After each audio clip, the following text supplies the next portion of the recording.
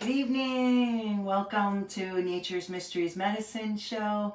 Would you like to learn how to save seeds and which plants to save them from and how to store them? Well, that's what we're going to explore tonight on episode 26, 27, and 28. So we're actually doing 3 episodes in one this evening.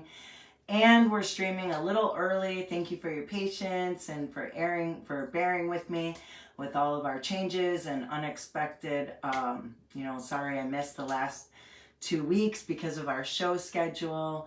And like I said on the post or in my video, that I wanted to apologize for that. And I think the lesson there is that if I have so many shows back to back, we might need to just take a little break from Nature's Mysteries Medicine shows so that I don't get so busy that I literally forget. I can't believe I forgot. Sorry about that, guys.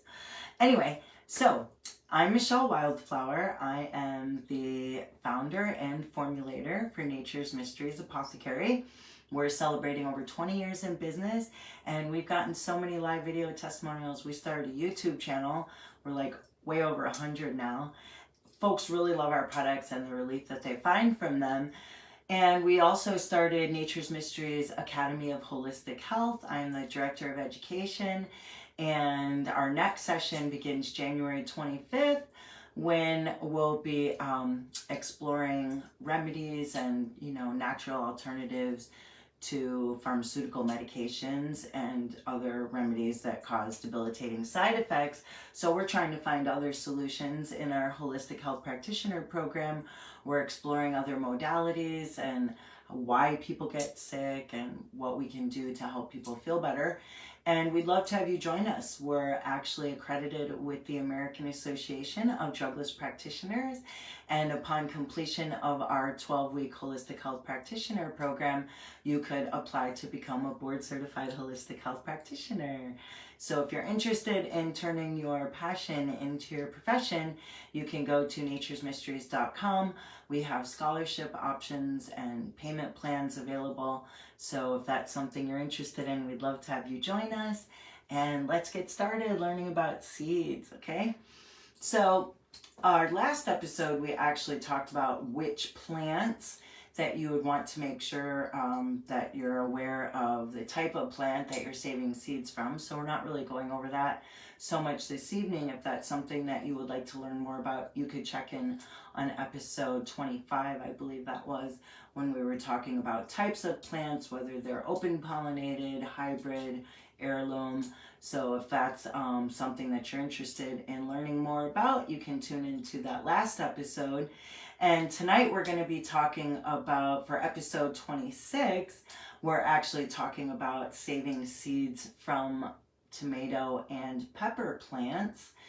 And one of the things that I like to do, I'm not going to talk too much about it because that's like a subject for a whole nother episode, but I actually like to harvest my seeds according to a biodynamic rhythm. And what that is throughout the month, the moon is going through various signs, astrological signs, and each of the signs correlates with a different element, and each plant, vegetable or fruit, correlates with a specific element as well. So for tomatoes and peppers, you would want to be harvesting those on fruit days. You can get a biodynamic calendar. They sell them online. Maria Thun is my favorite one.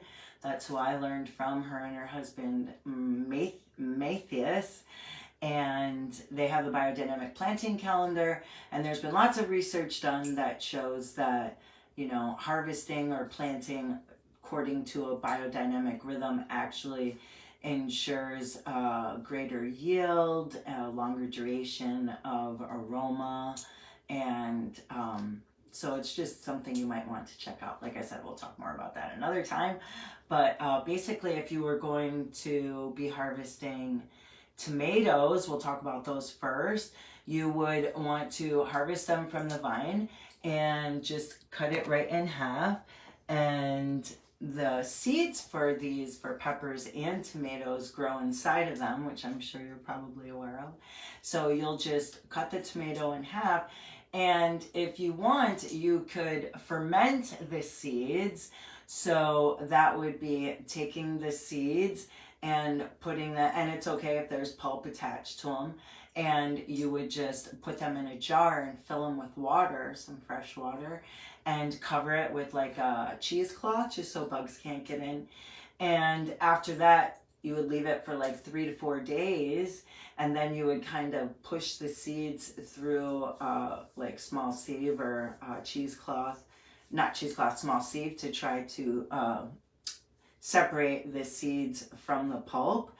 And then you would just, and then you rinse the seeds under cold water. And then once you have clean tomato seeds, you're just going to lay them out on a paper towel and let them dry. And after that, then you can store them, but we're going to talk about that in a minute.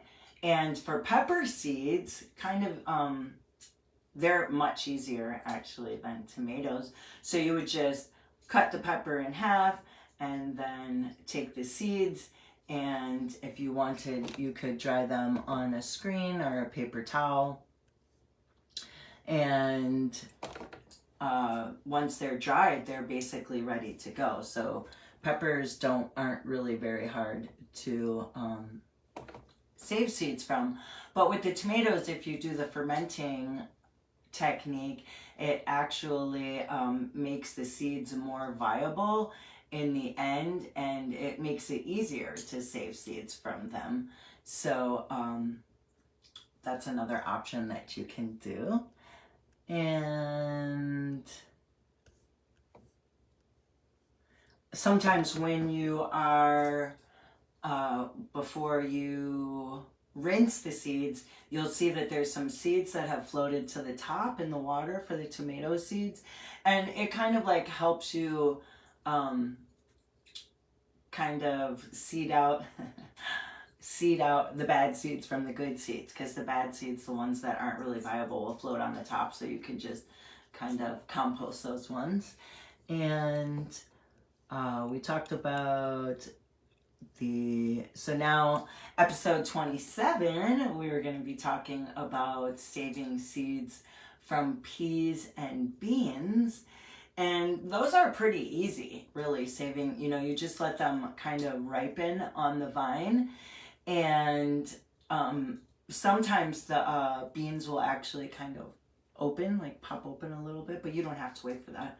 And so what you want to make sure, the thing that you want to make sure of, the most important thing when you're saving seeds, is making sure that you're saving the seeds from one of the strongest plants, one of the ones that had the best yield, had the least disease, the least pest interfering with its growth, so that you know that you have a strong, resilient plant. You wouldn't want to save seeds from one that's, kind of like the little guy of the bunch, right? The runt.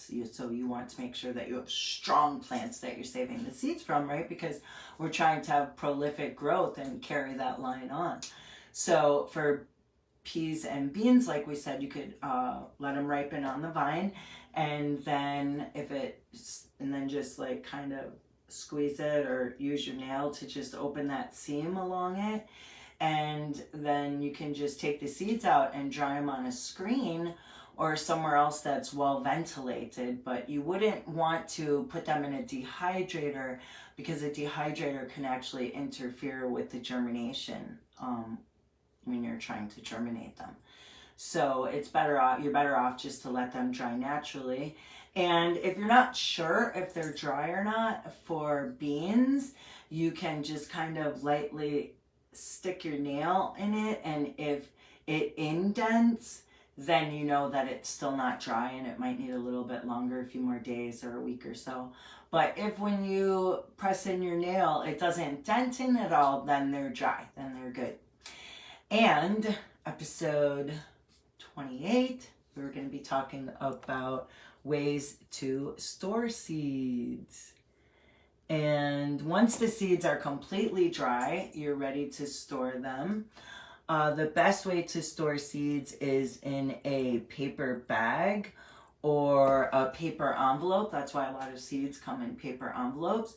It's not like you have to go buy it. You could just like make a little seed pack with some folded up paper, you know what I mean? So it's not like you have to go buy it. That's the beauty. That's what we're trying to do, right? Is if we're saving seeds, we're actually trying to be more sustainable and maybe spend less money. So it's not like you need to go out and buy seed packs. You could actually just make some with a paper bag or something like that.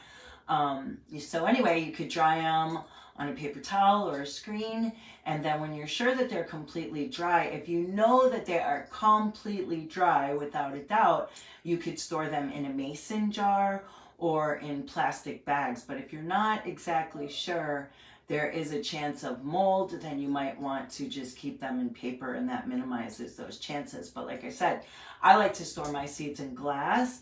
So if you're sure that they're dry, then there shouldn't be any problem with storing them in glass.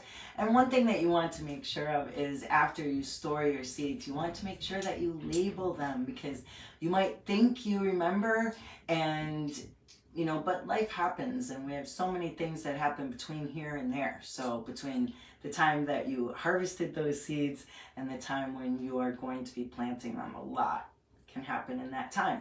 So if you just label your seeds, put the date that you harvested them, what they were that you harvested, it'll just make things a lot easier, right? And it'll also look more organized when they're packed away and just be easier all around. And that's what we're going for, right? Is ease and flow.